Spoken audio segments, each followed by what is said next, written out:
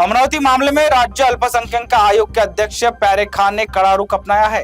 उन्होंने नवनीत राणा पर रील और राजनीति के लिए अफवाह फैलाने का आरोप लगाया है।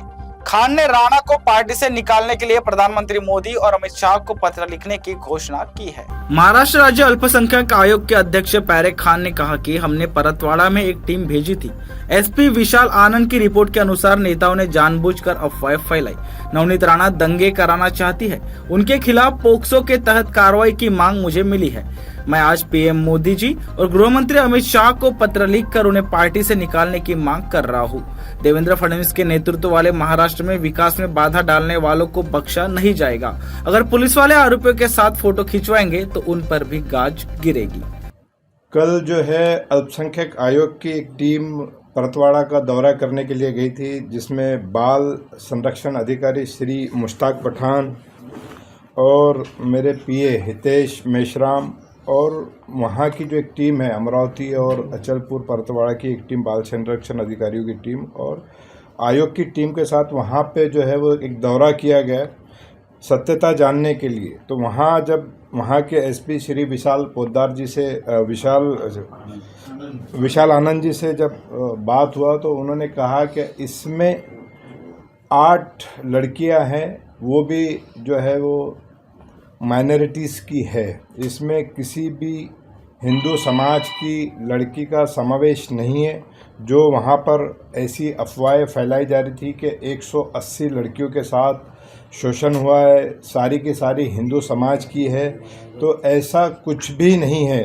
वो सारी की सारी जो लड़कियां हैं वो सारी की सारी लड़की मुस्लिम समाज से है।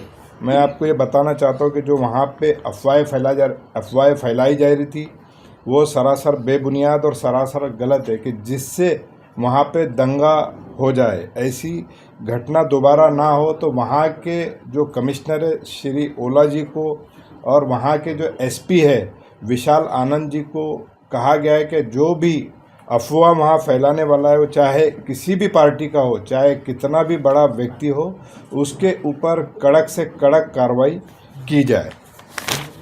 हमारी टीम ने जब वहाँ पे सर्वे किया तो पता चला कि एक आरोपी जो था नयन दिलीप राव सुगंधे करके जो है वो उस लड़के को अयान अहमद तनवीर अहमद को रूम अवेलेबल करवाता था और वहाँ पे सारा सब कर्मकांड चलता था। ये 8 लड़कियों में 2 जो लड़कियाँ थी उनके साथ वीडियो वायरल हुए, बाकी जो 6 लड़कियाँ थी उनके सिर्फ और सिर्फ फोटोग्राफ है। नवनीत राणा जी महाराष्ट्र को बर्बाद करना चाहती है, देश को बर्बाद करना चाहती है, हिंदुओं को खतरे में लाना चाहती है, हिंदू बच्चों को बर्बाद करना चाहती है।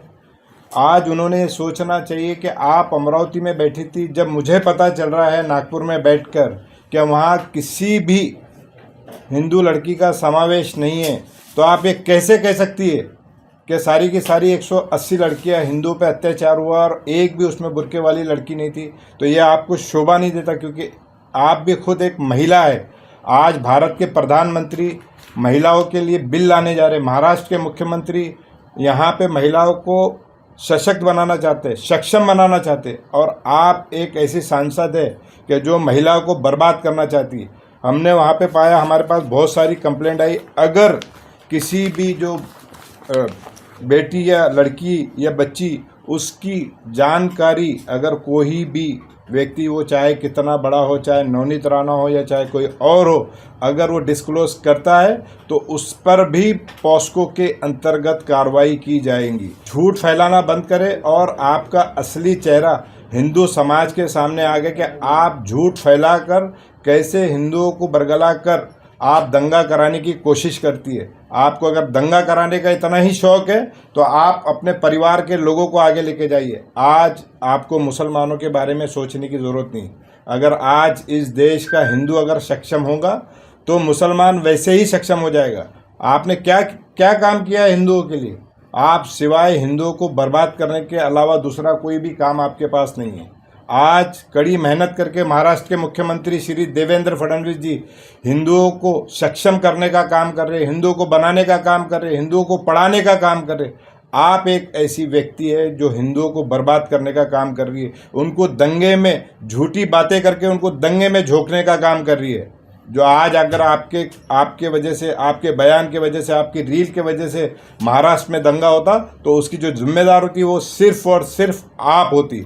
आपको इस देश के जो बड़े सनातनी लोग हैं, जो देश के सबसे बड़े सनातनी लोग हैं, जैसे कि नितिन गडकरी जी है, देवेंद्र फडणवीस जी है, मोहन भागवत जी है, देश के प्रधानमंत्री मोदी जी है, ये कभी भी देश को तोड़ने के लिए नहीं, जोड़ने के लिए काम करे। क्या आपने कभी इनके मुंह से ऐसी चीज़ें सुनी है? ये देश को बनाना चाहते, आप नेशन को तोड़ना चाहती है।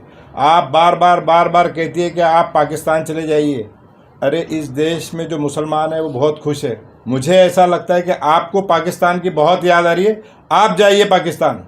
इस देश का मुसलमान यहाँ पे सुरक्षित है, खुश है, पैसे वाला है और बहुत अच्छा है। दूसरे देशों से इस देश का मुसलमान बहुत सुरक्षित अपने आप को महसूस करता है, बहुत पैसे वाला अपने आप को महसूस करता है और बहुत अच्छा अपने को महसूस करता है। तो ये आप तर्क देना बिल्कुल बंद कीजिए। जो भी ये महाराष्ट्र देवेंद्र फडणवीस जी का महाराष्ट्र है और न्याय देने वाला महाराष्ट्र है, अगर इससे पहले अगर यहाँ पर देखें तो मराठों को भी न्याय मिला है।